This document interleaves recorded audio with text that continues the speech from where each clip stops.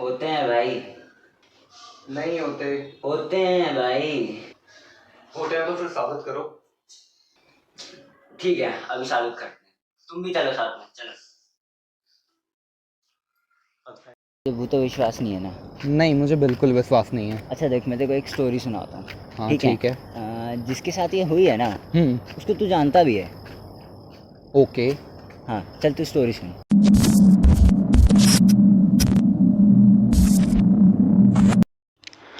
तुझे याद है 2019 में जब उज्जवल अपने दोस्त के साथ आया था और हमने उसको एक रूम दिलाया था। रूम काफ़ी नॉर्मल सा ही था और 2 लोगों के हिसाब से काफ़ी सही था। तो उसका सही चल रहा था काफ़ी, पर ना एक दिक्कत थी। पता नहीं कैसे रोज़ सुबह उसके सिंक में, किचन के सिंक में औरत के बाल मिलते थे। लंबे लंबे काले काले औरत के बाल मिलते थे, जो कि काफ़ी नॉर्मल सी बात लगती है। पर कमाल की बात तो है कि उसके फ्लोर पे कहीं भी कोई औरत नहीं रहती थी, और बालकनी का तो सवाल ही नहीं उठता क्योंकि वहाँ बालकनी थी ही नहीं, और ना उन्होंने कोई मेड लगा रखी थी कि उसके बाल हों। पर फिर भी वहाँ रोज़ बाल मिलते थे। और पता नहीं किसी वजह से कुछ सोचकर उन दोनों ने इस बात को इग्नोर किया। शायद वही उनके लिए बेहतर था। 1 महीना बीत गया और एक दिन उन्हें वो बाल नहीं मिले। उनके लिए वो चीज़ काफ़ी रिलैक्सिंग थी और इस बात का उन्होंने काफ़ी मजाक भी उड़ाया, जैसे शायद औरत टकली हो चुकी है या औरत के शायद सारे बाल झड़ चुके हैं,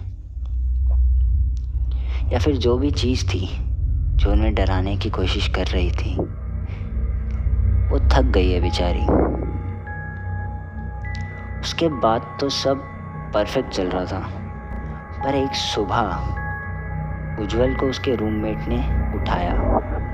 वो काफ़ी डरा हुआ था और घबराया हुआ भी था, क्योंकि उसकी बॉडी और हाथों पर अजीब से निशान थे और खरोंचे भी, जो पिछली रात तक नहीं थे।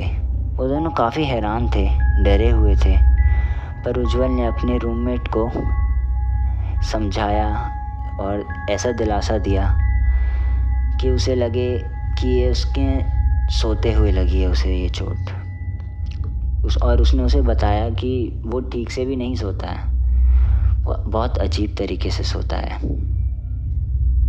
ये चीज़ें उज्जवल ने उसको इसलिए बोली थी ताकि इस बात से उसको और ख़ुद उज्जवल को भी थोड़ी तसल्ली मिले कि ऐसी चीज़ें होती रहती हैं। पर असल में ये बात उज्जवल भी जानता था कि ये थोड़ी बात अजीब थी और डरावनी भी। फिर अगली रात की बात है, जब उज्जवल फ़ोन चला रहा था, उसको अचानक से किचन से आवाज़ आई।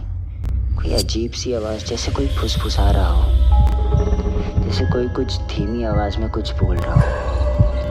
उज्जवल खड़ा हो गया और जाग के देखने लगा कि किचन में कोई है तो नहीं, पर अंधेरा होने के कारण कुछ नहीं दिखा।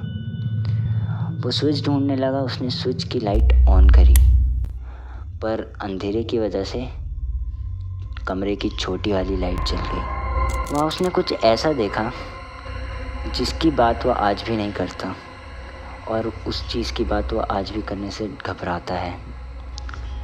उसने अपने सामने एक औरत खड़ी हुई देखी, जो उसके रूममेट की टांग को धीरे धीरे किचन की ओर घसीट रही थी।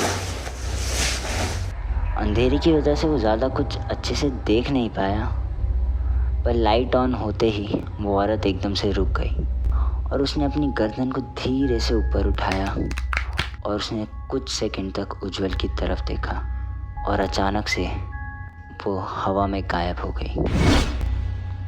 सब बंद था, दरवाजे, खिड़की, तो कहीं से ना कोई आ सकता था ना कोई जा सकता था, और वो औरत उज्जवल के सामने से गायब हो गई। वो बहुत शॉकिंग था, मतलब वो डिस्क्राइब नहीं कर पाया, पर जिस तरीके से वो बता रहा था, उसने कहा कि वो बहुत शॉक में था और कुछ देर तक वो कुछ शब्द नहीं बोल पाया और एक जगह पे रुका रह गया। ना वो हिल पाया और ना कुछ बोल पाया। फिर अचानक से उसकी आंखों से आंसू आने लगे और उसने हौसला करके और हिम्मत करके अपने रूममेट को उठाया और उसको सारा हाल बताया। वो दोनों विश्वास नहीं कर पा रहे थे कि उनके साथ क्या हुआ और क्या हो रहा था। वो दोनों शॉक में और डर के मारे पूरी रात नहीं सो पाए। फिर अगले दिन वो हमारे साथ ही रहने लगे। कुछ दिन बाद उन्होंने वहाँ से वो घर छोड़ के एक नई जगह शिफ्ट कर लिया। वो दोनों सही सलामत हैं, अपनी अपनी जगह काम कर रहे हैं, पर आज भी वो इस चीज़ के बारे में ज़्यादा बात करना पसंद नहीं करते। उनका मानना है कि वो इस चीज़ से जितना दूर रहें उतना ही उनके लिए अच्छा है।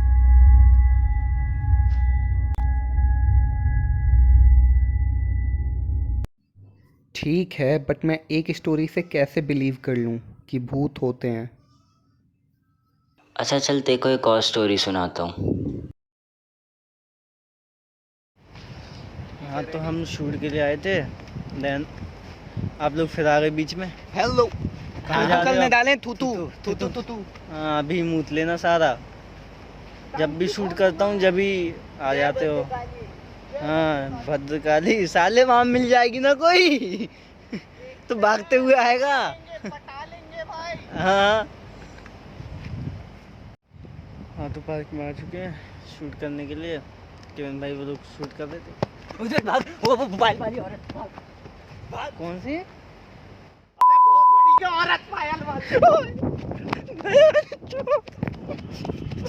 भाग।